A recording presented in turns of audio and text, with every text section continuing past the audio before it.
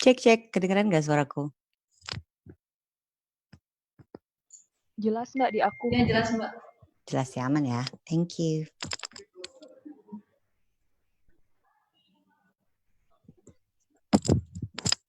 Apakah peserta sudah masuk? Belum? Ya. Ibu Litwina, selamat siang. Halo, selamat siang. Hai, Bapak Ibu sekalian. Bagus. 1 menit lagi. 1 menit lagi. Peserta juga sudah masuk semua on progress. Itu ada feedback ya?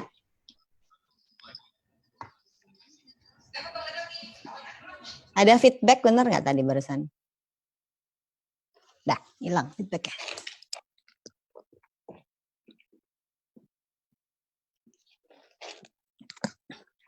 Udah 4. Kayak rumput banget ya? Jelek ya?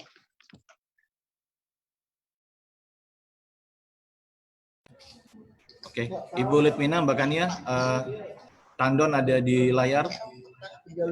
Tandon ada di layar, nanti begitu mulai, tandon selesai, langsung akan kita mulai sesuai random. Oke.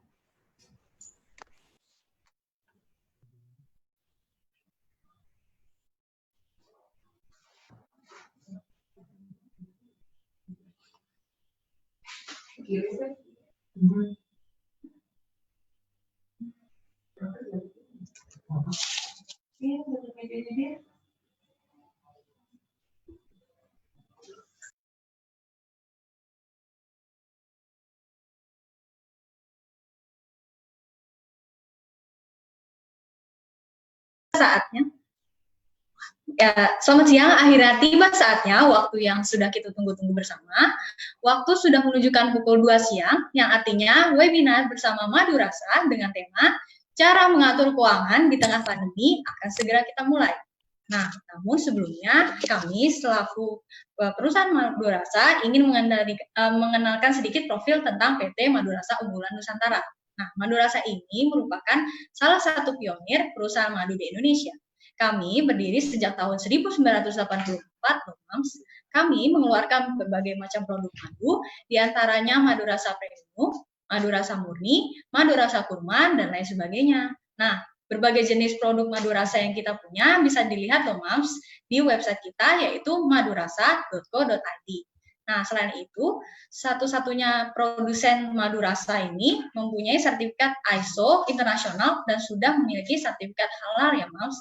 Jadi, bisa dipastikan bahwa produknya berkualitas.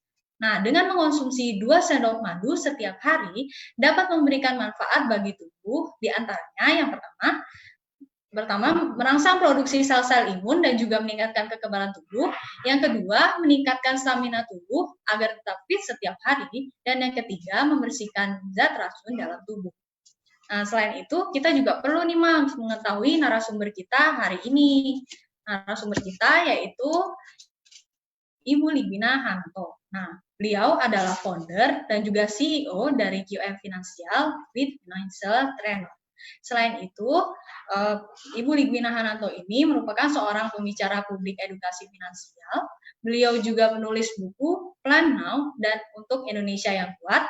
Selain itu, beliau juga dikenal sebagai komika atau stand-up comedian dan berkesempatan selama 3 tahun terakhir menjadi aktris film. Kulari ke Pantai pada tahun 2018, 2 Garis Biru pada tahun 2019, dan Toko Barang Mantan pada tahun 2020. Nah, QM Finansial sendiri adalah penyedia literasi finansial sejak tahun 2003. Kegiatannya didominasi oleh seminar, workshop, training publik, dan juga perusahaan. Kelas online QM Finansial yang dikenal dengan Financial Clinic Online Series atau FCOS dimulai sejak akhir tahun 2018. Nah, saat ini memiliki alumni lebih dari 7.300 peserta yang tersebar di 186 kota dan 17 negara di seluruh dunia. Nah, angka ini juga masih terus bertambah loh, Mams. Selain FCOS, ada video edukasi berbayar di Udemy dan juga YouTube channel QM Finansial. Nah, webinar ini akan berlangsung selama 90 menit dan terbagi menjadi 2 sesi. Sesi yang pertama yaitu sesi penyampaian materi dan sesi kedua yaitu sesi tanya jawab. Sebelumnya, layaknya sebuah kelas nih, webinar bersama Madu Rasa ini punya aturan dan juga kode etik yang harus kita taati bersama. Berikut berbagai aturannya. Yang pertama, selama narasumber menjelaskan materi, aplikasi Zoom peserta akan di-mute dan dinonaktifkan videonya. Yang kedua, peserta yang sudah masuk ke dalam Zoom diharapkan mengikuti webinar sampai selesai. Dan yang ketiga, peserta diperbolehkan bertanya pada saat sesi tanya jawab yang dipandu oleh moderator. Yang keempat, bagi peserta yang ingin bertanya, silahkan klik Q&A yang berada di bawah ketika klik tombol partisipan. Yang kelima, silakan mengisi link kuesioner yang tersedia pada kolom chat. Kode voucher diskon juga akan dikirimkan melalui email ke masing-masing peserta ya, Mams. Dan terakhir, akan ada hadiah menarik nih, Mams, yang akan dibagikan di akhir webinar, yaitu 3 paket hampers Madu Rasa untuk penanya terbaik. Baik, sudah tidak sabar kan, Mams? Kita akan mulai dari webinar ini. Silakan kita sambut kepada Ibu Ligwina Hananto, dipersilakan. Halo semuanya, Assalamualaikum warahmatullahi wabarakatuh. Terima kasih ya sudah mengundang saya. Hari ini akan berbagi sharing bersama Madu Rasa. Pertanyaan dulu nih, apakah kalian sudah minum madu atau belum hari ini? Paling enak sebenarnya kalau sahur tuh minum madu, lebih percaya diri aja gitu. Aku tahu kalau harus ngajar 3-5 kelas sehari, aku nggak akan pingsan di tengah jalan karena harus ngajar sambil puasa. Alhamdulillah hari ini udah pada minum madu ya, masih sehat dan segar puasanya. Saya hari ini akan sharing satu materi yang mudah-mudahan bisa membantu kita melewati pandemi COVID-19 yang sungguh sangat aneh tapi nyata ini, tapi mudah-mudahan kita semua akan baik-baik saja. Oke, materi kali ini namanya mengatur keuangan di masa pandemi, dan kita bisa lihat materinya. Yang pertama tentu saja ada disclaimer dulu, biasanya kita bikin disclaimer dulu. Nah, di disclaimer ini adalah hal-hal yang perlu kita pahami bahwa aku tugasnya sebagai financial trainer, aku bukan financial advisor. Jangan berharap aku akan ngasih solusi yang magis gitu ya, tiba-tiba dikasih solusi lalu beres semua masalah keuangan kita. Enggak akan seperti itu. Tapi aku akan memberikan pemahaman tentang konsep-konsep keuangan yang mudah dimengerti, dan dari sini mudah-mudahan teman-teman bisa terinspirasi untuk melaksanakannya. Jadi belajar finansial itu harus ada pelaksanaannya. Artinya aku akan nagih kalian PR-nya apa nih sesudah ikutan kelas aku hari ini bareng sama Madu Rasa. Lalu kita juga akan menekankan pada sebagai trainer gak boleh merekomendasikan produk, tapi kami bisa menyampaikan kelebihan dan kekurangan produknya serta apa aja risiko yang terjadi saat mengambil keputusannya. Berikut adalah 4 hal yang perlu kita ketahui yang akan kita pelajari hari ini di halaman selanjutnya. Ini pointersnya ya. Jadi kalau kalian berpikir-pikir nih, bertanya-tanya apa sih yang akan dipelajari hari ini, ada 4 hal yang perlu kita pelajari, yaitu kondisi keuangan kita kali ini seperti apa, dan ini ada namanya daily tracking yang perlu kita lakukan bersama. Lalu ada serba-serbi tentang dana darurat, ada tip mengatur keuangan di masa pandemi, dan bagaimana kita bisa menambah penghasilan. Udah mulai pada ngerasain nggak kalau penghasilan terpengaruh? Kantor aku benar-benar kena loh. Jadi kita waktu bulan Maret begitu memutuskan harus kerja dari rumah aja, semua proyek yang udah ada nih mau dikerjain Maret, April, Mei, Juni itu batal semuanya. Dan itu tentu saja berpengaruh sangat besar pada kelangsungan hidup perusahaan plus karyawan semuanya. Tapi alhamdulillahnya ya kita harus beradaptasi, dan hasil adaptasinya diantaranya adalah kalau mungkin teman-teman ada yang mau berdagang, kalau di kantor aku kita adaptasinya lewat sisi online atau digital dengan kelas seperti ini. Nanti kita cek lagi ya apa aja tips-tips untuk kita bisa menambah penghasilan selama lagi pandemi COVID, combo tambah Ramadan. Wah, hits banget deh pokoknya. Udah mah pandemi COVID, Ramadan pula. Bener-bener ya keuangan kita teruji kali ini. Baiklah, aku mau cerita dulu. Apa sih sebetulnya yang terjadi kali ini? Kali ini di tahun 2020 hampir seluruh dunia kita berhadapan dengan virus yang sama. Nah, ketika kita berhadapan dengan virus yang sama, ini slide-nya kayaknya belum berubah ya. Boleh minta tolong Mbak Dea ya. Mbak Dea boleh tolong di halaman selanjutnya ada. Nah, ini dia. Kondisinya adalah tahun 2020 ini kita berhadapan dengan virus yang sama dan virus ini menyerang seluruh dunia. Kayaknya kalau ada negara yang ngaku-ngaku nggak kena virus itu kemungkinan karena memang dia negaranya tertutup total kayak Korea Utara gitu, atau memang negaranya jauh banget kayak Vanuatu dan belum tahu nih apakah mereka bisa beli regen untuk ngetes gitu. Jadi kemungkinan kalau sampai bilang nggak ada COVID-19 itu karena belum ngetes atau pura-pura nggak ngetes, nggak tahu juga.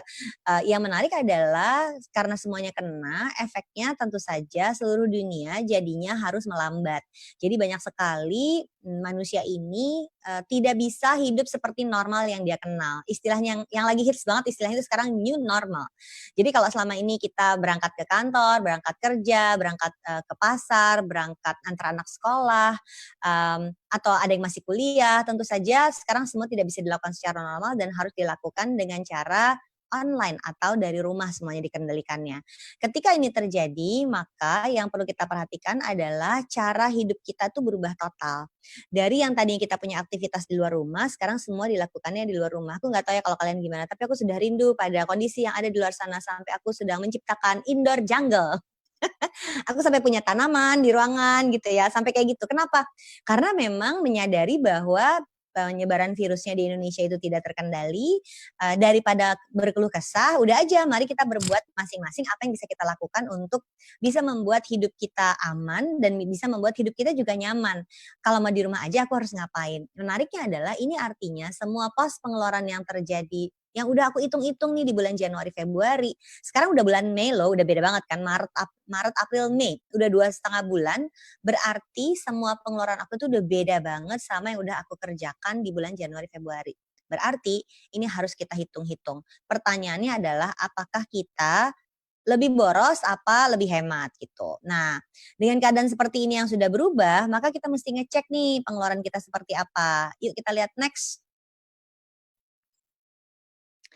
Nih ya, kalau keadaan yang terjadi sudah berubah, kita mesti ngecek pengeluaran kita seperti apa dan kita bisa lihat pengeluarannya ada di halaman berikutnya. Yuk kita lihat. Kalau pengeluarannya normal, maka pengeluaran kita akan terdiri dari 5 kategori besar. Dan 5 kategori besar itu adalah cicilan utang, rutin, menabung, sosial, dan pribadi atau lifestyle.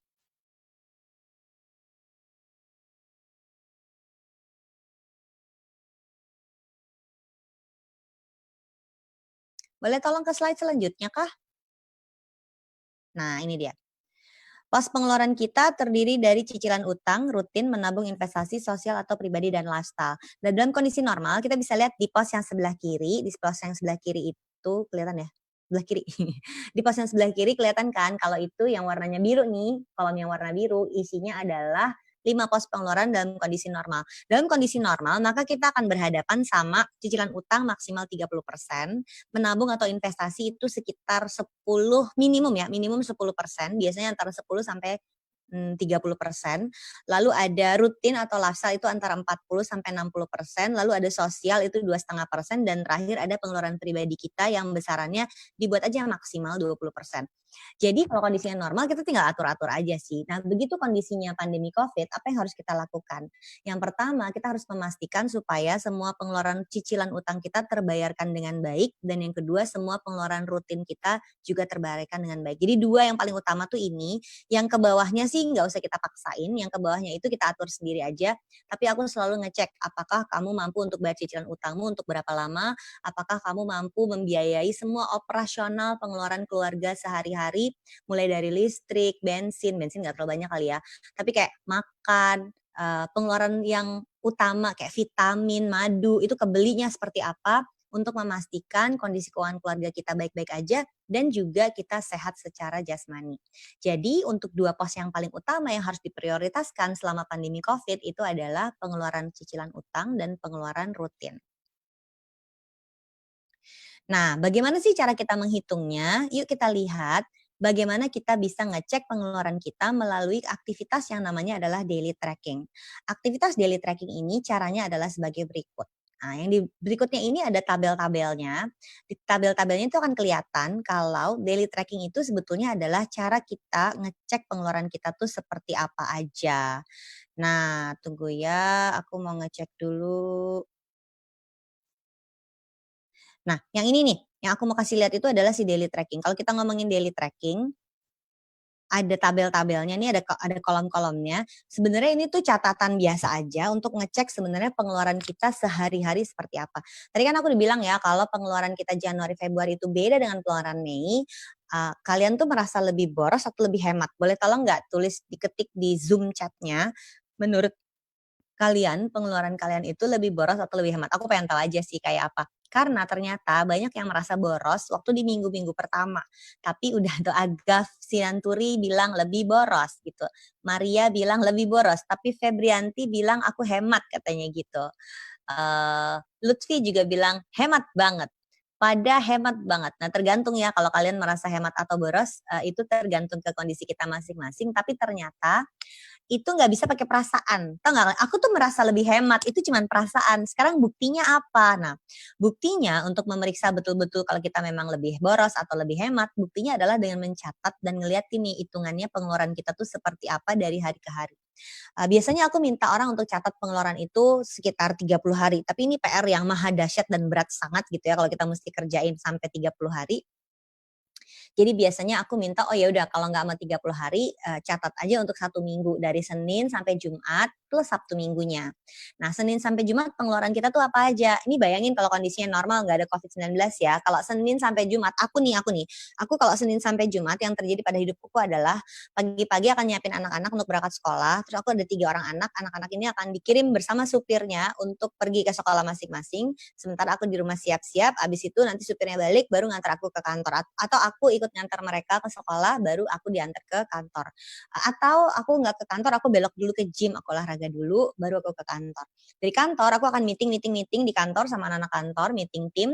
Habis itu minta makan siang sama OB, ngasih uang dong sama OB buat makan siang. Dari situ aku akan pergi misalnya ngajar. Misalnya kalau Madurasa bikin acara, pasti eventnya kan ada tempatnya dong. Maka aku akan pergi sama tim, ketemu sama tim Madurasa, terus kita bikin acara gede gitu, kumpulin kalian semuanya datang. Berarti kan kalian juga harus ngeluarin ongkos untuk datang. Habis itu selesai acara biasanya aku nongkrong. Kita ngopi dulu yuk di kafe yuk. Habis itu ada meeting lagi di kafe di mall. Habis itu sore-sore capek kita pijet refleksi dulu kali. Habis itu nanti suamiku telepon kita makan malam yuk. Terus kita makan malam, terus kita nonton yuk. Terus kita nonton sampai rumah mungkin masih order martabak lagi. Jadi sepanjang hari itu ongkos. Begitu pandemi COVID di rumah aja. Kok mager ya kita nggak ngapa-ngapain. Di minggu-minggu pertama itu nggak tahu ya kalau kalian gimana. Kalau aku merasa euforia banget. Jadi di minggu pertama nih Mams yang aku rasain adalah oke, let's go kita ngapain ya. Kita siapin kantor di rumah. Jadi aku beli kursi kerja lah, aku nyiapin sofa lah buat ngajar nih. Aku nyiapin apalagi perangkat makanan lah, masker lah, hand sanitizer lah. Segala itu disiapinnya semua di minggu-minggu pertama. Udah minggu kedua, minggu ketiga udah mulai ngambek mau ngapain. Masuk minggu keempat, kok udah slow down ya, nggak seperti waktu minggu-minggu awal. Jadi aku merasa boros itu di minggu pertama. Begitu masuk minggu keempat, polanya udah dapet. Kan konon katanya manusia itu akan punya kebiasaan baru kalau melakukan kegiatan yang sama 21 hari berturut-turut. Jadi kalau kalian minum madu nih 21 hari terus, maka di hari ke-22 badannya tuh akan udah minta, oke, aku udah harus minum madu lagi, kalau enggak aku akan lemas. Aku membutuhkan nutrisi ekstranya untuk beraktivitas sehari-hari dan seterusnya. Sama ketika udah 21 hari kita udah nyatet pengeluaran kita udah tahu oh pola pengeluaran aku tuh kayak gini. Jadi aku udah tahu kayak apa. Nah, untuk bisa seperti itu yang gampang tuh caranya adalah catat kayak gini, namanya daily tracking. Daily tracking itu basically ya kita nge-track aja, ngecek kayak hari ini pengeluaranku apa aja, besok pengeluaranku apa aja, dan lakukan itu 7 hari. Kalau lagi nggak ada pandemi COVID, kalian akan bisa menyaksikan bahwa pengeluaran Senin sampai Jumat tuh teratur banget, ya nggak sih? Senin sampai Jumat tuh jelas kan pergi ke kantor, makan siang di kantor, kalau mau nonton hari apa kan ketahuan. Begitu Sabtu Minggu, budal semua pengeluaran, ngerasa gitu nggak? Nah ternyata lagi pandemi COVID, bingung nggak? Hari ini hari apa ya? Aku udah gak sadar hari gitu gak sih? Antara hari Senin sama hari Sabtu tuh udah siwer gitu. Mungkin hari Minggu kerasa, Minggu aku istirahat, tapi Sabtu pun masih kerja. Jumat sama Rabu tuh gak ada bedanya. Nah ternyata begitu udah pandemi COVID, antara Senin sampai Minggu, bedanya tuh tipis banget. Pengeluaran kita ya sama aja begitu lagi. Jadi kalau tadi pada teman-teman bilang, ya bener kan, udah mulai ngerasa gitu gak ya? Apalagi nih ada yang suka dapat makan gratisan lah di kantor gitu ya. Udah nggak ingat hari. Feby bilang udah nggak ingat hari. Sama. Aku mungkin kalau anakku nggak sekolah, aku nggak ingat hari. Tapi karena anakku sekolah, jadi setiap hari gurunya WhatsApp ngasih tahu hari ini ada pelajaran apa. Oh oke. Sampai gurunya harus WhatsApp orang tua masing-masing untuk ngecek karena kayaknya orang tuanya udah benar siwer semuanya. Nah, dengan cara kayak gini jadinya kita tahu oh pengeluaran kita tuh seperti apa, ternyata memang beneran lebih boros atau ternyata oh enggak, ternyata lebih hemat. Jadi karena ini pelajaran finance itu harus dicatat, harus ketahuan. Nggak harus sih nyatet 30 hari sampai 5 tahun ke depan punya pengeluaran catatannya apa aja sehingga kamu bisa membandingkan harga beras tahun 2015 sama 2020. Enggak, kita nggak harus bikin kayak gitu. Tapi aku biasanya minta catat untuk seminggu aja supaya kita tahu Senin sampai Minggu itu kita ngapain aja, pengeluarannya kayak apa, sehingga kita bisa kali 4. Oh ternyata sepanjang bulan dari hari ke hari, dari minggu ke minggu tuh pengeluaran kita apa ketahuan. Nah, kenapa ini perlu dicatat? Karena selanjutnya kita mau ngitung dana darurat kita. Dana darurat kita itu bentuknya, wait a minute, ada di halaman selanjutnya. Boleh tolong next? Nah, kenapa kita perlu ngitung daily tracking? Karena kita mau ngitung dana darurat kita seperti apa. Yuk kita lihat, teorinya dana darurat adalah di halaman berikut.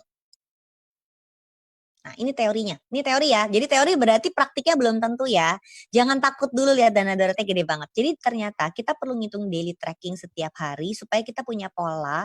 Dan kalau kita punya polanya, kita jadi tahu, oh ternyata yang aku butuhkan adalah pengeluaran bulananku angkanya sekian. Ini biar bulat-bulat aja ya. Misalnya angkanya 3 juta, 5 juta, 10 juta, angkanya kalian berapa.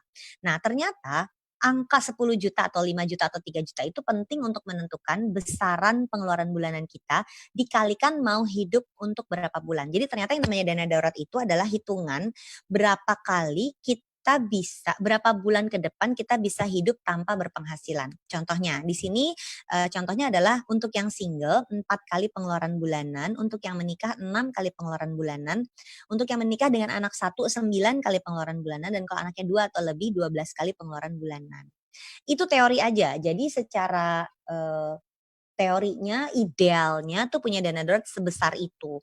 Logika berpikirnya tuh gini, kalau kamu single, tinggal di kos-kosan, terus kamu gak punya penghasilan, kamu tuh punya uang untuk hidup 4 bulan sebelum kamu akhirnya, oke, duitku habis, aku harus pulang ke rumah mama. Contohnya tuh kayak gitu. Tapi kalau udah punya menikah dan udah punya anak, berat dong kalau sampai pulang ke rumah orang tua kan. Sehingga yuk kita pastikan supaya kita punya dana darurat yang lebih tebal. Kenyataannya ternyata tidak semua orang sanggup ngerjain dana darurat kayak gini. Nah, caranya gimana? Lihat di halaman berikut, kita bisa lihat ini adalah hitung-hitungan yang akan aku tunjukin di halaman berikut. Nah, hitungannya tuh kayak gini. Misalnya pengeluarannya adalah 10 juta, gajinya 10 juta dan habis 10 juta tuh habis sepanjang bulan termasuk dengan menabungnya 1 juta. Jadi dari 10 juta itu keluar utang 2,5 juta, rutin 3,5 juta, menabung 1 juta, sosial 1 juta, lalu ada lifestyle 2 juta. Jadi kalau di total pengeluarannya adalah 10 juta. Kalau orang ini punya dana darurat sebesar 30 juta, maka artinya dari 30 juta itu kalau dia sebulan butuh 10 juta, berarti 10 juta kali 3 sama dengan 30 juta. Berarti orang ini bisa hidup untuk 3 bulan ke depan dengan dana darurat yang dia miliki. Gimana kalau lagi pandemi COVID dan kita kesulitan dengan penghasilan kita, maka penghasilannya tetap 10 juta tapi pengeluarannya kita kecilin atau penghasilannya turun karena pengeluarannya juga harus diturunin. Misalnya kita pegang tadi prioritas utama kan 2 pengeluaran ya, cicilan utang sama pengeluaran rutin. Nah, kalau pengeluarannya kita utamakan yang utang sama rutin, maka total per bulannya itu nggak jadi 10 juta lagi, tapi total per bulannya menjadi 6 juta aja. Karena tinggal 2,5 juta cicilan utang plus yang rutinnya 3,5 juta. Berarti kalau 6 tadinya itu 10 kali 3 sama dengan 30 juta, sekarang jadi 6 juta kali 5 bulan sama dengan 30 juta. Jadi kalau tadinya dengan 10 juta per bulan, kita dana daruratnya cuma punya 3 bulan, sekarang dengan 6 juta per bulan, dana darurat kita tuh bisa berubah jadi 5 bulan. Jadi nggak harus khawatir, aduh aku nggak punya dana darurat yang banyak nih. Ternyata kalau pengeluarannya kita kecilin, maka dana darurat yang jumlahnya sama bisa dipakai hidup untuk waktu yang lebih panjang. Istilahnya napas buatannya jadi lebih lama. Halaman berikutnya. Kemana sih dana darurat ini disimpan? Nah, cara menyimpan dana darurat itu banyak teori sih sebetulnya. Kalau di KM Financial kita cenderung dana darurat itu disimpan di produk yang resikonya sangat rendah tapi juga sangat liquid dan biasanya ini menggunakan produk-produk seperti tabungan, deposito, reksadana pasar uang, dan emas atau logam mulia. Masing-masing dengan kelebihan kekurangan masing-masing ya. Jadi kalau tabungan dan deposito tuh produk perbankan, resikonya sangat rendah, dilindungi LPS, tapi kalau banknya memang tidak dilindungi LPS akan akan ribet juga gitu. Yang ketiga adalah reksadana pasar uang, ini resikonya lebih tinggi daripada deposito dengan return yang cenderung sedikit lebih tinggi. Dan terakhir logam mulia yang sekarang emas itu lagi tinggi banget. Kemarin minggu lalu tuh sampai 900.000 ya, aku nggak tahu kalau hari ini udah jadi berapa. Nah, gimana nyimpennya? Jadi kalau kita punya dana darurat misalnya 100%, kita bisa pecah-pecah. Ini angkanya nggak persis sih, jadi bebas aja. Misalnya 10% taruh di tabungan, lalu kita pecah sama rata. 30%, 30%, 30% lagi di 3 produk yang berbeda, deposito, reksadana pasar uang, dan emas logam mulia. Jadi nggak harus kayak angkanya persis kayak yang ada di contoh ini buat ilustrasi aja supaya kebayang, karena mungkin aja ternyata teman-teman di sini bingung sama istilah dana darurat, tapi begitu dikerjain ternyata, oh aku tahu kok dana darurat, oh ternyata aku punya kok dana darurat, siapa tahu seperti itu. Oke, yuk kita lihat halaman selanjutnya. Tips mengatur keuangan di masa pandemi. Kita mulai satu-satu ya. Yuk next. Yang pertama, tentang cicilan utang. Perhatikan bahwa saat kita mencicil utang, utangnya tuh utang apa aja. Aku tuh selalu khawatir orang-orang yang kehilangan pekerjaan, abis itu malah minjem uang demi menyambung nyawanya gitu, menyambung hidupnya bulan ini. Padahal dia nggak punya penghasilan, artinya dia nggak akan bisa tuh bayar cicilan utangnya. Kalau gitu caranya kan akhirnya seolah-olah malah menjerumuskan dirinya sendiri ke dalam masalah yang lebih berat lagi.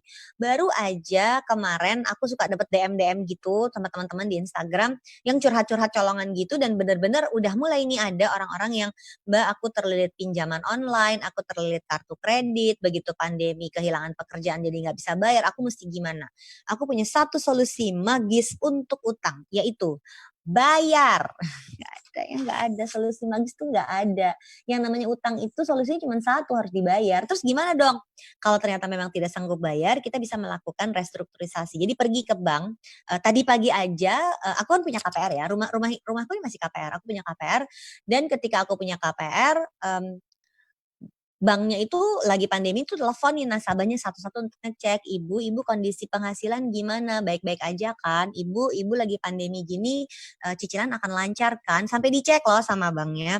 Nah artinya ini kan kita juga artinya harus perhatian dong, utang apa yang harus segera dibayarkan lunas, utang apa yang ya udah dibayar aja rutin gitu, nggak harus segera lunas tapi bisa rutin. Nah bedain, kalau ini adalah utangnya pinjol sama kredit card, lunasin nggak pakai kayak diskusi apa-apa lagi. Pokoknya kartu kredit sama pinjol itu harus dibayar lunas. Tapi kalau ini kredit kendaraan bermotor, kredit kepemilikan rumah, kredit apartemen, kamu asalkan masih punya penghasilan yang tetap, ya santai aja, kita tetap bayarin cicilannya dengan rutin. Dan bisa pilih kalau ternyata nanti banknya sulit gitu, bisa pilih untuk restrukturisasi atau over kredit, bisa seperti itu. Yang selanjutnya aku mau kasih lihat tentang poin yang kedua, tentang efisiensi belanja. Nah, kalau kita ngomongin efisiensi belanja hari gini gitu ya, tentu saja semuanya juga udah perlu belanja itu nggak usah langsung, sebisa mungkin online. Kemarin sih aku habis grocery shopping dan keluar dari rumah, jadinya kemarin bertiga sama suamiku sama anakku yang paling besar. Anakku yang paling besar tuh udah umur 18. Jadi kita nggak ngasih anak yang kecil untuk keluar, mama mertuaku juga nggak boleh keluar, jadi kalau ada yang keluar hanya yang 3 orang dewasa ini aja. Itu pun benar-benar yang harus spray, harus cuci tangan, pakai masker, aku pakai face shield segala.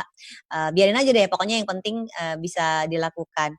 Tapi seefisien mungkin kami melakukan belanja itu online, karena dengan online jadinya kita nggak harus keluar rumah. Tapi kan ada orang-orang yang akhirnya berjuang di luar untuk melaksanakan pemeriksaan barangnya di warehouse, melakukan pengiriman barangnya, yang menjadi kurir barangnya. Nah, ada orang-orang yang memang harus kerja di luar untuk memastikan kita bisa ada di rumah. Jadi, pesan aku sebisa mungkin kita ada di rumah ya, kecuali memang untuk hal-hal yang esensial kayak misalnya harus pergi ke bank atau belanja makanan. Nah, ada juga barang-barang yang akhirnya kita harus lakukan substitusi. Kalau kalian perhatiin, sempet nih barang-barang vitamin hilang dari peredaran. Madu bisa jadi bantuan yang cukup menopang supaya kita jadi orang-orang yang fit terus dengan kondisi lagi pandemi kayak sekarang. Jadi pastikan untuk punya bahan makanan stok yang cukup. Misalnya tadi bahan makanan, stok vitamin sama madu. Kalau vitamin nggak ada, kita ganti sama buah-buahan. Sempat ngerasain gak gula hilang kan di peredaran, susah banget cari gula, madu bisa jadi penggantinya. Ayo kita belajar masak sendiri. Kalau kita masak sendiri itu biar gimana juga pasti lebih hemat. Sehingga mari kita pastikan kita juga belajar paling enggak untuk menyusun menu. Aku termasuk orang yang jarang masuk dapur ya, tapi karena aku pernah merantau, jadi aku tahu waktu merantau tuh harus masak sendiri demi berhemat. Kalau makan di luar terus bangkrut pasti. Jadi waktu aku merantau, waktu lagi kuliah dulu merantau, nggak kuliah di sini, jadi belajar dan waktu itu lagi krismon, bener-bener lagi mahal banget waktu itu apa-apa. Jadi akhirnya belajar bikin menu, udah tahu menunya, disusun menunya untuk kalau sekarang kan untuk 2 minggu. Sebenarnya kalau kalau dalam kondisi normal mungkin aku bikin menu cuma seminggu-seminggu aja, tapi karena sekarang lagi pandemi aku bikin menu benar-benar buat seminggu. Jadi tahu apa yang mau dibeli, bahan yang mana aja, bahkan kadang-kadang beli satu bahan makanan untuk dimasak dan nanti itu bisa di-recycle. Misalnya yang gampang aja ya, kalau aku lagi masak terus bikin steak gitu buat anak-anak, terus steaknya tuh ada sisanya, besoknya dia berubah jadi nasi goreng dong, kayak gitu loh maksudku. Jadi nggak selalu menu itu harus ganti terus setiap hari masak baru terus, karena justru food waste juga penting untuk dihindari. Jadi kalau ada bahan makanan yang nggak habis, bikin capcay gitu, sisanya besoknya si capcay itu dijadiin tuangan buat ifumi gitu, misalnya hal kayak gitu tuh penting. Atau masaknya misalnya udah pada nyobain masak pakai madu nggak? Karena menurut aku masak pakai madu itu selalu seru. Anakku yang paling besar nih justru yang laki-laki yang umur 18 tuh lagi tertarik banget masak karena tadinya kan teorinya dia kuliah bisa keluar gitu atau pindah ke kota lain gitu biar merantau. Sebenarnya kan intinya biar anak yang ngerasain merantau. Begitu pandemi Covid udah deh, nggak usah mikirin kuliah jauh-jauh, kuliah yang deket-deket aja. Tapi keinginan dia untuk mandiri kan cukup tinggi. Jadi dia mulai belajar masak. Jadi kalau sore nih jam 5 tuh pasti udah sibuk ikut bantuin aku di dapur untuk masak yang simple-simple dan kayaknya masak apa aja dicelupin madu jadi sesuatu. Ya nggak sih? Kamu pada masak pakai madu nggak? Aku suka masak pakai madu juga. Kalau anak zaman sekarang itu pakai istilah namanya meal prep. Jadi old wisdom ibu-ibu zaman dulu menyusun menu itu ternyata tidak dikenal sama anak muda sekarang. Banyak sekali anak muda sekarang tuh yang kaget karena mungkin mereka kos-kosan, jadi mereka hidup sendiri, makan sendiri, jadi selalu berpikir masak sendiri itu akan lebih mahal daripada makan di luar karena kan cuma sendiri, jadi tinggal ke warteg aja. Dengan sekarang tahu-tahu tutup ya wartegnya, keluar juga susah, jajan juga susah, masak sendiri, baru mereka lihat oh ternyata masak tuh lebih mudah, lebih murah. Nah, aku tuh sempet ketemu sama teman-teman yang umurnya di bawah 30-an yang baru discover masak itu ternyata jadi lebih murah dan lebih hemat, dan cukup dengan bumbu-bumbu yang sederhana aja termasuk madu di dalamnya dan akhirnya ternyata mereka kasih tahu, "Oh kalau sekarang Mbak Wina namanya bukan bikin menu tuh ibu-ibu banget," dia bilang, "kalau anak sekarang tuh istilahnya meal prep." Nah ini ternyata buat kalian yang sibuk kan mungkin kalian ngerasain ya, selama pandemi Covid itu jadi jauh lebih sibuk, aku sih ngerasain gitu, bener-bener yang dari buka mata sampai tahu-tahu udah maghrib, terus nanti abis taraweh ada kelas lagi gitu.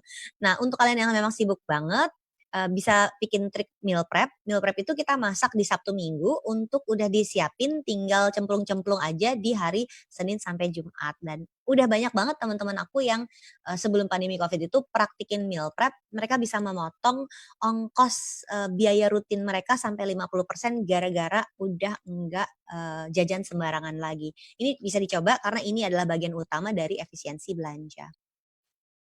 Yang ketiga, pos yang ketiga adalah pos pengeluaran sosial.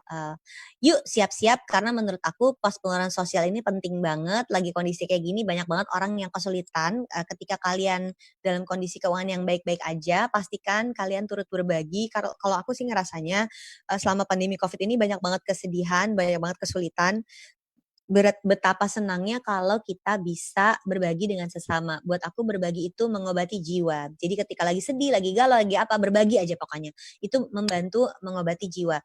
Yang artinya kalau kita ngomong seperti itu, berbagi itu kalau dilakukan sendiri bisa aja ya. Misalnya aku sempet sama teman-teman tuh ngajakin traktir ojol gitu. Terus ada lagi teman aku yang bikin nasi kotak buat supir taksi gitu. Banyak yang nggak perhatiin sama supir taksi, kasihan mereka nganggur. Tapi yang lebih besar lagi impact-nya adalah kalau kita lakukan terorganisir. Jadi kemarin aku sempat bantuin grupnya Mizan. Mereka punya yayasan yang membantu mendistribusikan sembako. Jaringan Gus Durian juga bikin di Saling Jaga. Dan terakhir tuh aku lagi bantuin pengadaan APD lewat Dompet Duafa. Jadi kalian apapun yang sekarang kalian lakukan namanya fundraising online tuh memudahkan sekali. Kita tinggal pakai aja aplikasi kita untuk bisa nyumbang dan nyumbangnya itu benar-benar ringkes banget. mau nyumbang cuma 10.000 juga pengaruhnya besar. Karena 2 miliar terkumpul kalau kurang 10.000 nggak jadi 2 miliar. Jadi jangan pernah merasa kecil ketika, aduh aku cuma bisa nyumbangnya sedikit, nggak apa-apa. Nyumbang sedikit itu tetap menyumbang, oke? Nah selanjutnya. Yang halaman keempat adalah cek investasi. Kalau kita ngomongin investasi ini untuk apa? Karena sekarang mulai ada yang gelisah, gimana kalau investasi aku minus? Pertama ya, kalau sekarang lagi investasi dan kalian nggak nyaman dan merasa minus, itu menakutkan, dan kalian memutuskan untuk berhenti investasi, aku nggak sarankan, tapi nggak apa-apa. Kenapa? Karena ternyata yang penting itu bukan yang uangnya paling banyak atau return yang paling besar, tapi yang penting itu, apalagi lagi pandemi COVID kayak gini, yang penting itu adalah kita bisa tidur dengan tenang dan nyaman. Jadi kalau ada di antara kalian yang memutuskan, oke aku nggak mau investasi dulu karena aku takut, nggak apa-apa. Tapi boleh nggak uangnya tuh tetap ditabungkan? Karena kalau kalian takut nggak investasi tapi uangnya habis, sama juga bohong. Jadi kalau kalian memutuskan tidak investasi, silahkan untuk mulai menabung. Dan menabung rutin ini bisa kalian lakukan. Dan itu bisa mewujudkan dana darurat yang tadi kita udah bahas. Oke, jadi kalau kalian tetap mau investasi bisa, kalau untuk jangka panjang di atas 10 tahun, pakai produk yang lagi minus pun nggak masalah. Tapi gimana dengan kalian yang khawatir? Nggak apa-apa. Nggak investasi juga nggak apa-apa, asalkan tetap menabung. Yuk cek berapa persen dari penghasilan yang tetap bisa kita tabung, itu antara 10-30%. Yang kelima adalah soal lifestyle. Nah, ketika kita bicara lifestyle, ini tentang misalnya nih, tadinya ngopi di kafe, nonton bioskop, belanja di mall, itu semua udah nggak terjadi.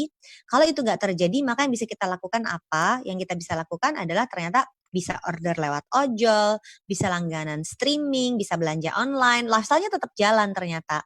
Yuk kita pastikan lifestyle ini tetap terkendali, karena banyak orang kalau lagi stres, lifestyle-nya tuh bubar.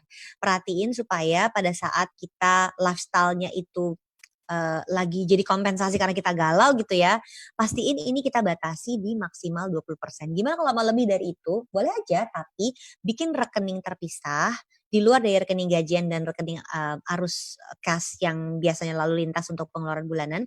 Bikin satu rekening lifestyle di mana kita bisa nabung di situ. Jadi kalau nanti mau lifestyle yang agak besar, ngambilnya dari rekening tersebut.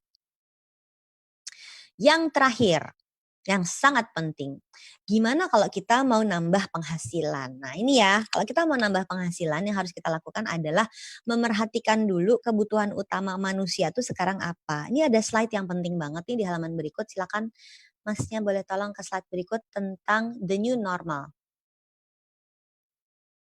Nah ini dia. Nah ini adalah slide tentang new normal. Apa sih sebetulnya 4 perubahan perilaku manusia yang terjadi di masa pandemi COVID ini? Karena aku perhatiin kalau jualan tuh orang suka maksa jualan ini ya tanpa memerhatikan ternyata kebutuhan orangnya tuh apa. Coba lihat deh orang tuh kebutuhannya apa. Ternyata selama pandemi COVID ada 4 kebutuhan utama manusia yang berubah gara-gara 4 perubahan perilaku ini.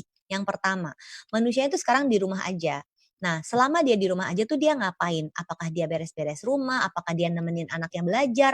Ataukah memang dia kerja? Ataukah apa? Si 4 pengeluaran ini jadi penting banget karena kalau kita lagi di rumah aja, kita mesti ngeliatin kerjaan kita tuh ngapain aja lagi di rumah aja. Artinya gini loh, orang yang tadinya sering keluar untuk kerja, sekarang kerjanya di rumah. Orang yang tadinya bermain gitu, hangout sama teman-temannya, rekreasi di luar, sekarang jadi di rumah aja. Orang tadinya ibadah keluar, sekarang di rumah aja. Berarti kita mesti nyiapin, kalau mau dagang nih, kita siapin barang-barang apa atau jasa apa yang berhubungan dengan orang itu kerja di rumah, sekolah di rumah, ibadah di rumah.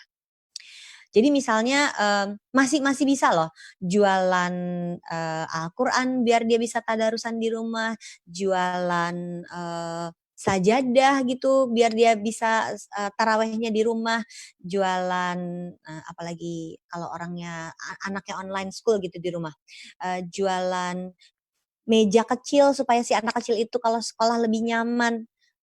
Pikirin apa yang dilakukan orang ini saat dia kerja, ibadah dan sekolah di rumah. Poin yang kedua adalah tentang kebutuhan primer. Nah, kebutuhan primer ini penting banget karena kalau kalian ingat pernah zaman dulu belajar tentang Maslow hierarki ya, segitiga kebutuhan manusia nih. Tadinya kan kita udah sampai atas nih, segitiga yang paling atas tuh tentang self actualization. Nah, sekarang kita balik lagi ke bottom of the pyramid. Kalau kita ada piramidnya itu yang paling bawah itu biasanya adalah tentang kesehatan dan keselamatan. Jadi concern kita sekarang tentang kebutuhan primer kita. Kalau kita bicara kebutuhan primer, yang dimaksud primer ini ternyata bukan sandang pangan papan seperti yang kita kenal waktu kita SD, tapi sandang pangan papan itu jadi berubah sekarang tentang kesehatan dan keselamatan keluarga kita. Makanya sempet tuh kemarin hand sanitizer laku berat, vitamin laku berat. Nah, mungkin ini ada kesempatan juga kalau mau pada jualan madu rasa, boleh ya. Bisa dicoba loh. Kita dagang madu gitu, kan sering kan ketemu kan orang yang nawar-nawarin madu, tapi nggak jelas ini produksinya apa. Jangan salah loh, aku tahu banget produksi madu itu kalau nggak bener bisa ada bakterinya. Jadi kalau madu rasa yang udah jelas, produsen madu yang udah lama, higienisnya terjaga, sterilnya terjaga. Kalau kalian mau jualan ini tentu akan lebih aman daripada jualan madu abal-abal di pinggir jalan. Oke guys, jadi kita nggak usah berpikir yang namanya kebutuhan primer itu sandang pangan papan, ternyata kebutuhan primer itu sekarang justru apa aja yang berhubungan sama kesehatan dan keselamatan keluarga kita. Yang ketiga adalah digital, makanya kalau mau jualan akhirnya mesti masuk ke digital. Dan yang keempat adalah tentang masyarakat yang peduli. Kita mesti peduli sama orang-orang sekitar kita, maka dagangan seperti apa yang akan bisa membantu kita juga untuk melaksanakan kepedulian orang. Contoh yang gampangnya adalah gini aja ya, misalnya kalau ada temen yang jualan madu rasa terus kita bingung, kalau aku mau bantu dia, misalnya ada nih, ada teman-teman aku yang kerja di industri film, kemarin kan aku sempat main film, sudah ada nih teman-teman di industri film yang bilang asisten sutradaranya, yang ngurusin soundnya, yang ngurusin makeup, itu semua orang nggak kerja. Terus mereka tanya, Mbak Wina kita mesti jualan apa ya? Oke, misalnya dia tertarik untuk jualan madu, terus dia akan tanya, Mbak mau nggak beli satu madu? Beli satu madu kapan untungnya gitu ya? Tapi bisa aja misalnya aku pesen deh jadi madunya kita supply ke rumah yatim piatu atau kita supply ke panti jompo. Dengan begitu ketika kita jualan memenuhi dua kategori nih, kebutuhan primer plus juga memenuhi kategori tentang kepedulian masyarakatnya. Jadi dengan begitu ketika kita jualan juga kita ikut bantuin orang lain untuk dapat akses pada suatu produk yang bisa membantu sistem imunitas tubuh kita. Karena kita tuh nggak bisa kuat sendirian. Kita tuh di masa pandemi COVID ini harus kuatnya bareng-bareng, harus kuatnya rame-rame. Jadi mau nggak mau orang-orang itu jadi turut memikirkan orang sekitar kita gimana, tetangga kita gimana, satu RT kita gimana. Karena kalau orang lain sakit, kitanya nggak sakit, begitu kita keluar rumah pasti kita akan ketularan kan. Jadi penting untuk saling membantu, menjaga gimana caranya supaya orang sekitar kita punya akses pada bahan makanan yang berkualitas dan bisa turut membantu menjaga imunitas tubuh, termasuk diantaranya madu. Cara jualannya gimana? Next halaman yang berikut. Nah, ini adalah skema yang mau aku tunjukin buat teman-teman kalau mulai mau dagang. Dagang apa aja ya, mau itu dagang buah-buahan, madu, atau mau dagang pakaian juga sebenarnya masih bisa sih walaupun sangat sulit. Sekarang semuanya jualan fashion tuh susah banget. Tapi kalau kita mau jualan misalnya mau lebaran nih bentar lagi, ini aku udah kaftan nih misalnya. Cek deh, apa, siapa, bagaimana. 3 ini aja nggak usah ribet-ribet. Apa itu berarti apa masalah yang sedang dihadapi. Masalahnya itu kamu pilih salah satu dari 4 yang tadi udah kita bahas tentang perubahan perilaku manusia sepanjang pandemi COVID. Di rumah aja, prioritas mencukupi kebutuhan primer, go digital, sama masyarakat yang peduli. 4 ini pasti masih laku. Tahu nggak teman-teman aku yang jagoan ngedit video sama audio untuk podcast itu sekarang lagi laku banget karena banyak banget orang yang pengen bikin konten. Jadi dia punya service digital. Jadi problem-problem yang berhubungan sama 4 ini mesti kamu jabarkan di kolom yang apa. Siapa itu adalah si target audiensnya. Siapa kira-kira yang akan membeli jasanya. Dan yang terakhir adalah solusinya baru apa. Jadi produknya baru kita sampaikan di belakang. Nah, itu tadi materi yang bisa aku sampaikan. Mudah-mudahan jadi teman-teman tahu cara ngatur keuangannya mesti seperti apa, juga tahu caranya daily tracking, tahu cara bikin dana darurat, dan kalau mau punya kesempatan untuk berdagang, nambah penghasilan, paham betul bahwa ada 4 hal yang perlu kita perhatikan dari 4 perilaku yang berubah dari manusia sepanjang pandemi COVID, sehingga kita bisa sama-sama mengatur keuangan dengan lebih baik. Terakhir nih sebelum aku silam dan kembalikan ke tim Madurasa untuk tanya jawab, ada halaman ini tentang komitmen. Boleh tolong ketik ya di Zoom chatnya, menurut kamu nih, sebutkan satu hal yang akan kamu lakukan untuk memastikan kamu punya dana darurat. Kira-kira akan apa yang kamu kerjakan? Boleh dong, aku pengen tahu. Terima kasih, aku kembalikan ya ke Madurasa Official. Silakan Mbak, thank you so much. Terima kasih Ibu Ligwina Hananto atas materinya. Tentunya materinya sangat bermanfaat sekali ya bagi kita semua, Mams. Nah, Sekarang waktunya adalah sesi tanya jawab. Nah, kita buka untuk 5 pertanyaan dulu ya, Mams. Silahkan ketik di kolom Q&A. Nah, pertanyaannya yang akan kita saring hanya di kolom Q&A itu ya, Mams. Bisa diketik sekarang, Mams. Itu berarti ada di mana, Mbak? Ada di Zoom-nya ya? Iya, di bawah, di kolom Q&A. Nah, untuk sekarang ada satu pertanyaan yang masuk nih, Mbak. Oke, mari. Ya, dari Ibu Novia Ria Rahayu. Selamat siang, Bu. Saya Novi. Saya mau bertanya, selama pandemi, saya suka stok makanan untuk beberapa hari ke depan. Nah, akan tetapi, pada kenyataannya, ada beberapa makanan yang malah nggak bisa bertahan lama di kulkas.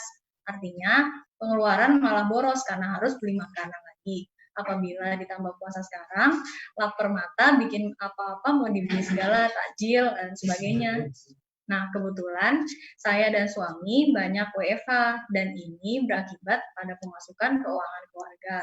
Karena biasanya ada insentif bulanan, kali ini nggak dapat. Nah, intinya bagaimana sih seharusnya kami mengelola keuangan ya Bu, supaya tidak boros dan berkepanjangan. Karena melihat situasi sekarang ini harus pandai-pandai nih nge-save uang. Ya, baik silakan kepada Ibu Lina. Sebetulnya keinginan untuk bisa masak di rumah itu udah positif banget karena udah menyadari ya. Yang susah itu kan kalau masih halusinasi dan aku nggak tahu gitu. Kalau ini kan udah jelas mengerti bahwa dengan di rumah aja. Ini kayaknya ada yang masih bocor deh mikrofonnya, Mbak. Boleh tolong dicek, thank you. Jadi misalnya udah tahu kalau memang kita perlu berhemat dengan cara masak itu udah bagus, tinggal ternyata ada bahan makanan yang keburu basi, keburu busuk gitu ya. Sebetulnya kita bisa bikin sistem nih, ini ibu-ibu banget ya tipsnya aku ya. Sebenarnya kita bisa bikin sistem, jadi aku selalu bikin menu dan aku bikin menunya tuh untuk 2 minggu. Lalu aku store mana yang bisa masuk ke freezer, mana yang bisa masuk ke kulkas bawah, dan mana yang memang kalau ditaruh di kulkas bawah pun nggak akan lama umurnya. Jadi mana yang akan jadi busuk duluan itu yang dimasak duluan. Nah, terutama untuk sayur-sayuran. Sehingga kalau kayak daging, ayam, udang gitu ya, telur itu kita bisa stok kan untuk 2 minggu bahkan untuk 1 bulan. Tapi kalau untuk sayur-sayuran aku belinya seminggu sekali dan untuk sayur-sayuran ini sebenarnya tetap bisa belinya online, Mbak. Misalnya aku punya nomor telepon untuk penjual sayur di sebuah pasar di Jakarta Selatan. Jadi kalau aku udah beli nih minggu lalu aku grocery shopping beli sayur. Aku tahu weekend depan aku udah harus pesan lagi, tapi karena aku nggak mau keluar banyak-banyak, aku harus kontak nih sama pedagang sayurnya untuk dia kirim. Jadi kita punya daftarnya. Jadi intinya sebenarnya gini, kita bikin daftar dulu apa yang mau dimasak, dari kita punya daftar apa yang mau dimasak, baru kita turunin ke bahan makanannya apa aja. Jadi aku tuh bisa sampai bikin kertas-kertas gitu Mbak. Sampai bikin kertas-kertas gitu kayak kartu menu gitu Mbak. Karena kalau cuma ditulis jadinya nggak fleksibel. Tapi kalau bikin kartu jadi pokoknya dalam 2 minggu tuh tahu ada berapa menu makanan yang mau dimasak. Dari situ aku punya satu buku yang isinya adalah bahan yang harus dibelinya apa aja. Jadi benar-benar tahu kalau ini bahannya misalnya apa ya. Misalnya ada baby kailan. Baby kailannya udah harus dimasak duluan. Kalau nggak nanti dia bau atau busuk gitu. Oke, coba lihat di menu mana menu yang pakai baby kailan. Nah, itu yang diduluin.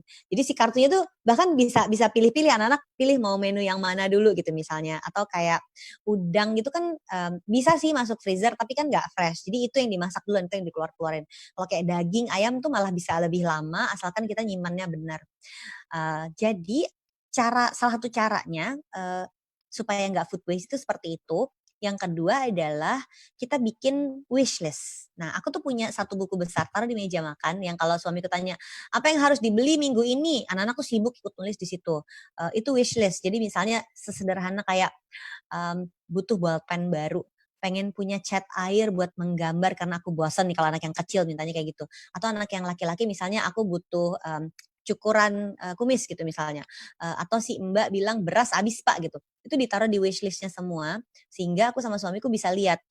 Jadi tidak setiap hari kita belanja karena masalahnya kalau setiap hari itu nanti kan jadi top up terus.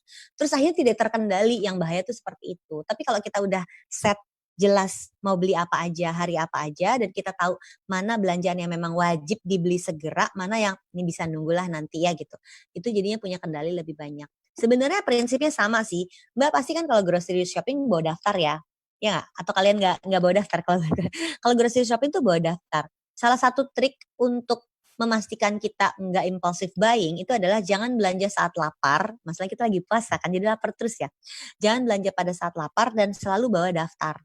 Kalau itu terjadi, maka kita bisa dengan mudah tahu dan cara mengendalikan keuangan ini dan juga menghindari food waste tadi.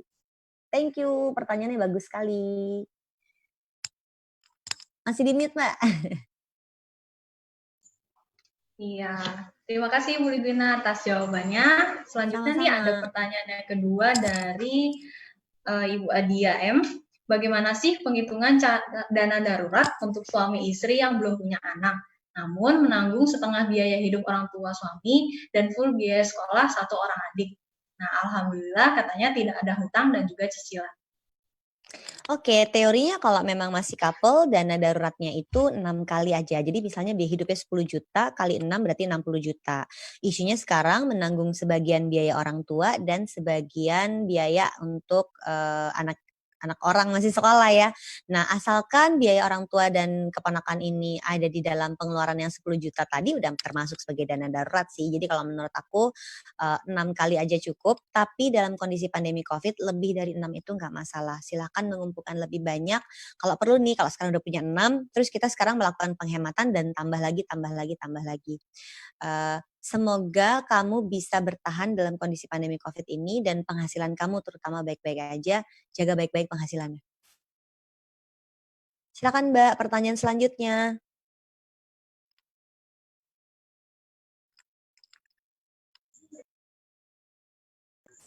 Ya, terima kasih Ibu atas juga jawabannya. Bagus sekali ya jawabannya. Pasti Hanimals ini bisa paham dan juga mengimplementasikan di kehidupan masing-masing. Pertanyaan yang ketiga datang dari Ibu Titut Ayu Gumilang. Nah, katanya aku habis kena PHK dari kantor, tapi alhamdulillah aku masih ada pendapatan lain dari ngajar dan dagang, walaupun nominalnya sudah jauh lebih rendah dari pendapatan kantor. Nah, apakah baiknya aku nabung nambah dana darurat atau melunasi hutang kartu kredit ya? Nah, saat ini katanya kondisinya masih berjuang supaya tetap bisa dua-duanya tercapai. Nah, advice-nya. Oke, sebetulnya gini, beratnya adalah kan kamu tidak punya penghasilan tetap sekarang ya, jadi berbahaya gitu untuk kestabilan keuangan. Tapi pengalaman aku, kalau kamu punya deposito 10 juta dan kamu punya utang kartu kredit 10 juta, artinya di atas kertas sebetulnya kamu sekarang lagi minus. Karena deposito itu paling-paling tumbuh 5% per tahun, kartu kredit itu tumbuh minus 30% per tahun. Sehingga kalau ada yang masih punya utang kartu kredit, aku sih cenderung lunasi segera, lupain depositonya, cairin aja, bayar kartu kreditnya sampai jadi 0. Aku cenderung jawabannya seperti itu. Tapi itu adalah jawaban kalau kita masih punya penghasilan. Sementara kan kondisinya sekarang penghasilannya udah turun, nggak ada lagi penghasilan tetap. Jadi nggak berani juga aku minta kamu cairin semua tabungan atau deposito dan lunasin kartu kreditnya. Terlalu berisiko dengan kondisi kamu nggak punya penghasilan. Maka kalau aku boleh saranin, yang perlu kamu lakukan adalah 1, jangan pakai kartu kreditnya dulu. Berhenti pakai kartu kreditnya. 2, bayar kartu kreditnya minimum payment sampai lunas total. Dengan begitu, kamu bisa menyelamatkan dana daruratmu dan melunasi kartu kreditmu secara bersamaan. Gitu, Mbak. Ya, terima kasih Bu juga atas jawabannya. Sebentar, Bu. Ada pertanyaan berikutnya nih dari Ibu Laksmi dari Ibu Ratna Puspitasari. Nah, pertanyaannya ada 2 nih, Bu. Yang pertama, bagaimana sih cara mengevaluasi ulang cash flow kita selama pandemi? Dan yang kedua, bagaimana sih cara bijak mengatur keuangan jika kebutuhan sekunder dan tersier sudah ditekan atau dibatasi dan hanya memprioritaskan yang primer saja? Tetapi biaya pendidikan sudah tinggi dan juga banyak orang yang memiliki tagihan yang membengkak dan banyak juga kebutuhan mendadak yang tidak terduga. Oke, menjawab yang pertama, apa tadi Mbak? Aku sampai lupa kalau ada 2. Yang pertama itu bagaimana cara mengevaluasi ulang cash flow kita. Evaluasi, oke. Evaluasi cash flow itu caranya adalah dengan dicatat satu-satu. Jadi kita periksa itu yang tadi namanya daily tracking. Kita periksa yuk sehari-hari sekarang kita cara hidupnya berubah, pasti pos pengeluaran kita akan berubah total. Tadi sempat ada yang ngetikan, wah biaya bensin tuh turun banget, wah ternyata listrik naik meletus misalnya. Uh, biaya makan grocery shopping aku tuh naik 3 kali lipat karena tadinya semua orang makan di luar kan. Sekarang semua orang makan di rumah, ya udah pastilah naik. Jadi itu yang kita adjust. Di situ sebetulnya mungkin aja pengeluaran kita sama, tapi posnya berubah. Kalau tadi aku punya pos lifestyle yang tinggi, sekarang pindah ke rutin yang banyak banget. Kira-kira seperti itu untuk jawaban yang pertama. Yang kedua, gimana caranya untuk menghentikan pengeluaran lifestyle? Lifestyle itu isinya emosi semua kok. Jadi sebetulnya sekarang yang penting adalah gimana supaya kita nggak emosi pada saat lagi pandemi COVID. Oke, yang penting itu memerhatikan bahwa lifestyle itu bukan dilarang, tapi harus dibatasi. Nah, pembatasan kan karena penghasilan kita kan ada batasnya. Kalau penghasilan tidak terbatas, boleh deh bebas foya-foya. Tapi karena penghasilan kita ada batasnya, maka kita perlu membatasi pos pengeluaran lifestyle ini sampai maksimal 20%. Ketika bilang, gimana kalau ada pengeluaran tiba-tiba? Harusnya nggak ada pengeluaran tiba-tiba tuh nggak mungkin. Sok sebut apa pengeluaran tiba-tiba? Bayar STNK tiba-tiba? Nggak mungkin. Itu kan pasti tiap tahun. Mesti keluarin THR buat karyawan. Itu kan tiap tahun keluar. Sakit, ada asuransi dong harusnya. Bukan tiba-tiba dong. Jadi ternyata semua itu bisa diperkirakan terlebih dahulu. Bahkan pengeluaran yang tadi kita nggak tahu pun bisa ditutup sama dana darurat. Dengan cara begitu, kalau punya asuransinya, punya dana daruratnya, punya hitung-hitungan pos pengeluaran tahunannya, nggak bakal ada lagi pengeluaran tiba-tiba karena semuanya you got it covered. Semuanya udah kita cover. Kira-kira gitu Mbak. Iya, baik. Terima kasih atas jawabannya. Yang selanjutnya nih, banyak sekali nih antusias dari Hanimau sekalian untuk pertanyaannya. Yang selanjutnya ada dari Ibu Aryani. Untuk pertanyaannya, di saat seperti ini, mana sih yang lebih penting antara dana darurat dengan investasi? Nah, apabila adanya pandemi ini, porsi dana darurat bisa kita lebih berbesar tidak ya apabila dibanding dana investasi? Aku setuju kalau memang dana darurat mau diperbesar dan penyimpanan dana darurat itu kan cuma di tabungan, deposito, reksadana pasar uang sama emas logam mulia aja, nggak di mana-mana kan. Ini menjadi penting karena menurutku ketika kita ngomongin dana darurat, kita semua tahu bahwa ini adalah napas buatan kalau sampai amit-amit kita kehilangan pekerjaan. Bahkan untuk teman-teman yang saat ini pekerjaannya masih ada, penghasilannya masih ada, tetap harus punya backup karena kita nggak tahu pandemi COVID-nya akan berapa lama lagi dan kita nggak tahu ini tuh bisa dipertahankan untuk berapa lama lagi. Jadi lebih aman kalau kita punya lebih panjang. Buat semua yang ingin menghentikan investasi, aku nggak saranin, aku tetap percaya investasi jangka panjang harus dilakukan, tapi ternyata memang harus mengutamakan dana darurat. Gitu jawabanku Mbak. Iya, baik Mbak. Untuk yang berikutnya ada Ibu Indri Isharyanti yang pertanyaannya adalah saat pandemi ini sebaiknya masuk kemana THR kita agar kita tetap tenang saat pandemi? Dana darurat Mbak, udah pasti. Tapi ternyata THR itu kan fungsinya sebenarnya untuk hari raya ya. Jadi kalau aku biasanya THR memang habis, pertama itu bayar THR untuk karyawan yang kerja sama kita. Yang kedua, aku pasti akan nyiapin untuk zakat fitrah, zakat mal, zakat penghasilan, untuk kurban 2 bulan lagi aku siapinnya juga dari THR. Lalu siapin buat beramal, sedekah, infak, sediain semuanya dari THR. Yang ketiga, biasanya itu kita punya belanja hari raya. Ya udah pastilah hari rayanya di rumah aja, ya udah kita nggak usah banyak-banyak belanjanya. Kemudian ada lagi misalnya biasanya ada yang mudik, kalau nggak mudik liburan. Aku termasuk orang yang nggak mudik, tapi aku liburan. Jadi itu semua nggak bisa dikerjakan sekarang. Mudik enggak, liburan enggak, berarti ada porsi yang nggak jadi. Biasanya ada open house di rumah ibuku dan aku ikut nyumbang dong ke ibuku kalau dia masak-masak yang banyak gitu ya. Sekarang nggak bisa dilakukan, kita masak-masak sendiri di rumah sekarang. Artinya THR itu pasti ada porsi-porsinya yang nggak jadi dikeluarin. Nah, yang nggak jadi dikeluarin ini buat apa aja? Biasanya aku tawarkan orang pilihan. Apakah mau bayar utang, apakah mau investasi, ataukah mau dana darurat. Silakan dipilih di masing-masing karena keuangan kita itu very personal. Jadi nggak bisa satu solusi untuk semua. Setiap orang akan beda-beda. Mungkin ada orang yang utangnya nggak harus segera dilunasi karena KPR masih lama dan mampu bayar cicilannya. Tapi mungkin ada orang yang harus urgent investasi. Tapi mungkin ada orang yang, dana darurat aku nih yang harus ditebelin. Misalnya pekerjaannya dokter gitu. Dokter banyak juga yang nggak bisa praktek loh gara-gara pandemi COVID. Sehingga dana daruratnya harus tebel. Itu kira-kira jawabannya. Terima kasih. Ya, terima kasih Bu Ligwina. Tadi jawabannya tentunya pasti THR itu masuk ke dana darurat ya.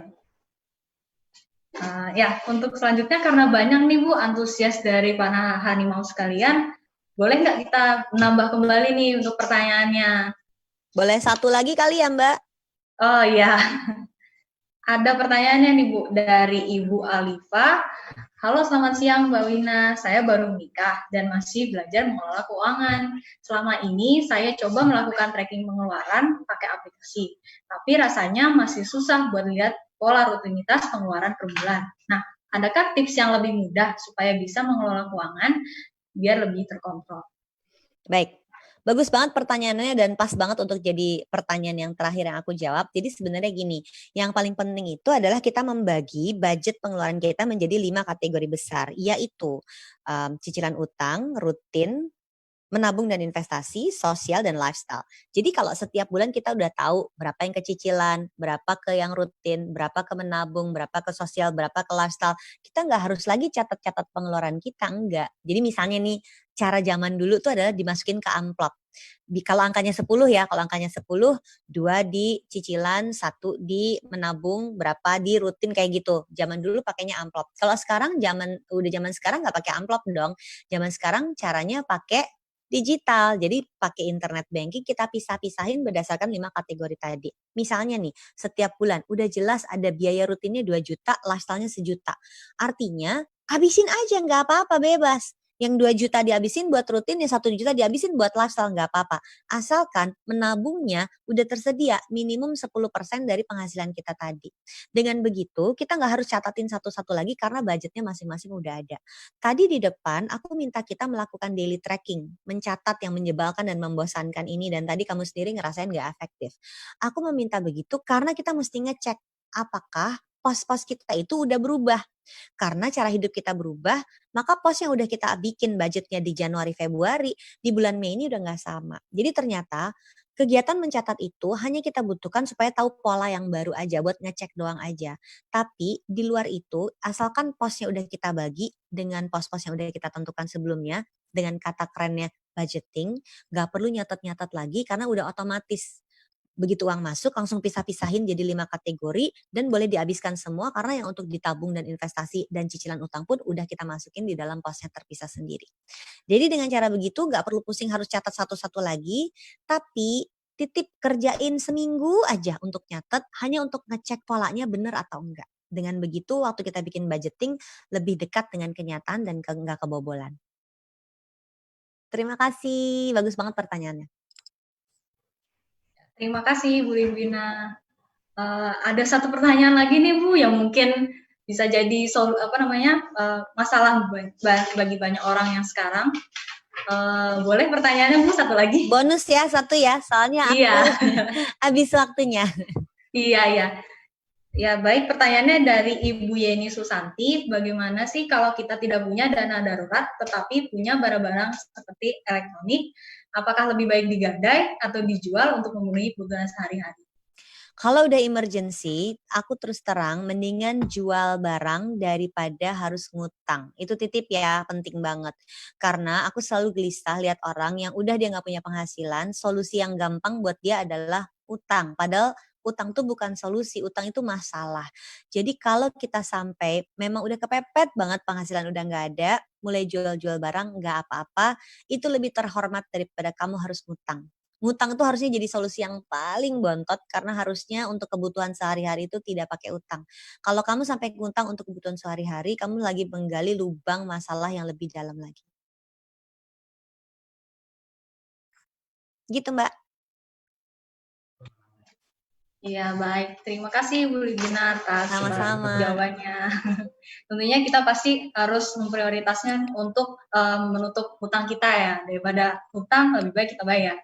Iya, khawatir aku selalu kalau ada orang gampang banget ngutang padahal nggak tahu cara bayarnya. Itu kan nambah masalah baru ya. Iya, gali lubang tutup lubang ya Bu. Gali lubang tutup lubang, iya. Nah, baik Bu, sebenarnya kita sudah hampir mau di penghujung acara nih Bu. Sebelumnya terima kasih juga kepada Ibu Ligwina atas materi yang disampaikan. Pastinya sangat berguna sekali ya bagi kita semua, terutama bagi Hanimam selama masa pandemi ini. Nah, terima kasih juga kepada antusias dari Hanimam sekalian yang sudah sangat antusias sekali. Banyak sekali nih pertanyaan yang masuk ke tim kita yang berarti mereka sangat antusias sekali. Nah, selain ini juga ada nih yang ditunggu-tunggu. Akan ada 3 orang pemenang yang beruntung untuk mendapatkan hampers dari Madurasa. Baik, untuk pemenangnya yang pertama yaitu ada Ibu Titut Ayu. Ya, selamat kepada Ibu Titut Ayu Gemilang. Yang kedua ada Ibu Eksa Alifa. Untuk pemenang ketiga yaitu ada Ibu Ratna. Ya, selamat kepada ketiga pemenang kita akan mendapatkan hampers dari Madurasa. Nah, untuk pemenangnya selanjutnya selain kita ucapkan selamat, namun untuk yang belum beruntung baginya tentunya jangan sampai bersedih hati karena kita semua sudah menjadi pemenang untuk keluarga kecil kita sendiri loh, Mams. Nah, dengan ditutupnya webinar kali ini, Sun, kita ada e-book summary hasil dari webinar yang bakal saya share di email masing-masing Hanimams. Nah, terima kasih untuk waktunya hari ini. Oh ya, tapi sebelumnya tadi untuk pemenang, silahkan nanti chat atau misalkan DM ke kita untuk nomor dan juga nama lengkapnya agar kita bisa menghubungi dan juga mengirim hampersnya. Terima kasih atas waktunya hari ini para Hanimams. Tetap menjadi mama yang kuat dan bahagia untuk suami dan anak. Terima kasih. Terima kasih, thank you.